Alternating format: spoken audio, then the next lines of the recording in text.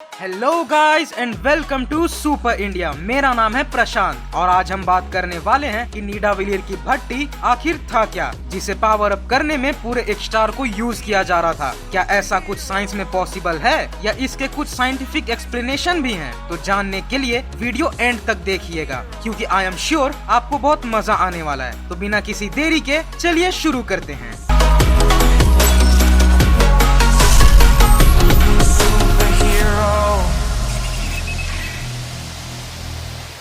तो Avengers infinity war में हमने टेक्नोलॉजी को एकदम अलग ही लेवल में देखा। नैनोटेक और आयरन स्पाइडर सूट के एक्साइटमेंट से हम उभर ही रहे थे कि थॉर ने निडाविलियर की भट्टी की बात की और हम सब ने यही एक्सपेक्ट किया था कि एंशिएंट सिविलाइजेशन है तो भाई उनका फोर्ज भी काफी ओल्ड फैशन्ड होगा। बट बिलीव मी, जो हमने देखा है वो कितना टेक्नोलॉजिकली एडवांस है उसका हमें आइडिया तक नहीं था। मूवी में आप जिस निडाविलियर के फोर्ज को देख रहे हैं वो असल में एक डायसन स्फीयर है। एडिटर साहब जरा वो वीडियो लगाइए। पहले मैं आपके सामने उस फोर्ज और एक डायसन स्फीयर की तस्वीर रखता हूँ। देखिए सिमिलैरिटीज कितनी हैं। और ये सिर्फ स्ट्रक्चर को लेकर के नहीं है। अभी जब मैं डायसन स्फीयर की वर्किंग बताऊंगा तब आप और क्लियरली समझेंगे और उसके बाद आपके होश भी उड़ने वाले हैं। एडवांस्ड साइंस और इंजीनियरिंग में डायसन स्फीयर एक ऐसा स्ट्रक्चर है जो कि एक स्टार के चारों तरफ बनाया जाता है ताकि उसके पूरे एनर्जी को हार्नेस किया जा सके, जिसमें कई सारे रिंग्स बनाए जाते हैं एक स्टार के इर्द गिर्द, और वो उस स्टार से निकलने वाली पूरी एनर्जी को कलेक्ट करता है और उसे यूज करने के लिए चैनलाइज भी करता है।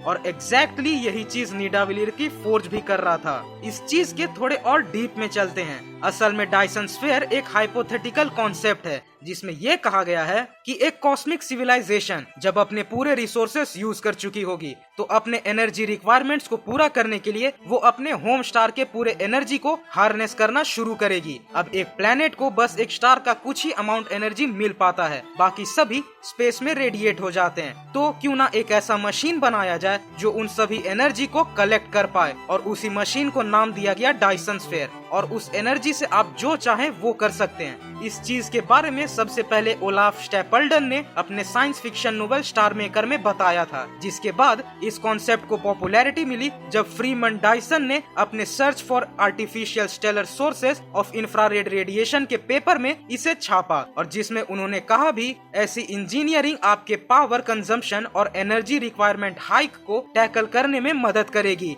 और इसके लेवल को देख के कार्दाशेव स्केल में हम सिविलाइजेशन को रैंक कर पाएंगे और वो कलेक्ट की गई एनर्जी भी कई तरह से इस्तेमाल किए जा सकेंगे, जैसे पावर जनरेशन में या स्टेलर इंजन को पावर अप करने में। पर मूवी में एक डायसन स्फीयर को इस्तेमाल किया जा रहा था उस भट्टी को पावर अप करने के लिए, और वो कितना पावर था यहाँ से देखिए। एक न्यूट्रॉन स्टार के सतह की टेम्परेचर होती है करीब 6 लाख केल्विन, और वेन्स डिस्प्लेसमेंट थ्योरी से हम ये जान सकते हैं कि उस टेम्परेचर पे किस वेवलेंथ के रेडिएशन वो एमिट कर रहा होगा। आप ऑडियंस में जो भी साइंस स्ट्रीम के होंगे उन्होंने 11th क्लास में ये पढ़ा होगा कि वेन्स डिस्प्लेसमेंट कर्व पीक पे जाती है जब वेवलेंथ कम होते जाए, और वो एब्सोल्यूट टेम्परेचर के इनवर्सली प्रोपोर्शनल होता है, और उस टेम्परेचर पे वेवलेंथ और कम होगी जो कि होगी 0.0048 माइक्रोमीटर्स, काफी कम है। और जैसा कि आप जानते हैं वेवलेंथ जितना कम टेम्परेचर उतनी ज्यादा, और इससे हम ये निकाल सकते हैं कि उस न्यूट्रॉन स्टार के पर मीटर स्क्वायर एरिया से कितना पावर जनरेट हो रहा था, और वो होता है 7.4 इंटू 10⁻15 वॉट पर मीटर स्क्वायर।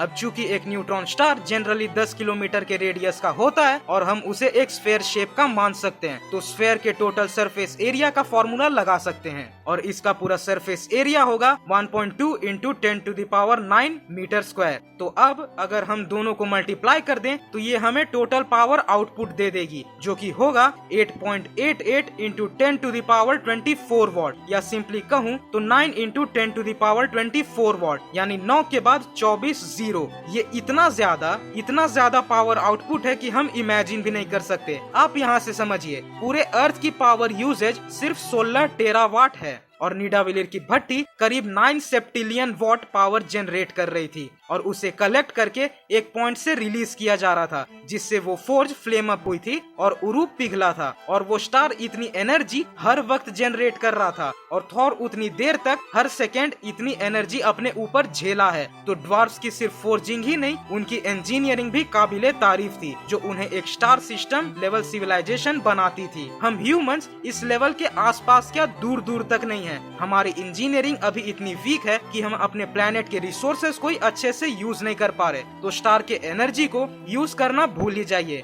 तो इस लेवल की इंजीनियरिंग हमारे लिए मिलेनियास फ्यूचर की बात है, पर गॉड्स और उनसे जुड़े सिविलाइजेशन तो इस लेवल पे टेक्नोलॉजिकली एडवांस होगी ही। और E3 इस बात को जानता था कि उस फोर्ज की पावर आउटपुट क्या है। वो जानता था कि थॉर पे हर सेकेंड 9 सेप्टिलियन वॉट पावर बरसेगी, वो भी बस एक पॉइंट से। तभी उसने वार्निंग दी थी कि दोबारा सोच लो बेटा, इसमें तुम्हारी जान भी जा सकती है, तुम मर सकते हो। The mechanism is crippled. What? With the iris closed, I can't heat the metal. How long will it take to heat it? A few minutes, maybe more. Why?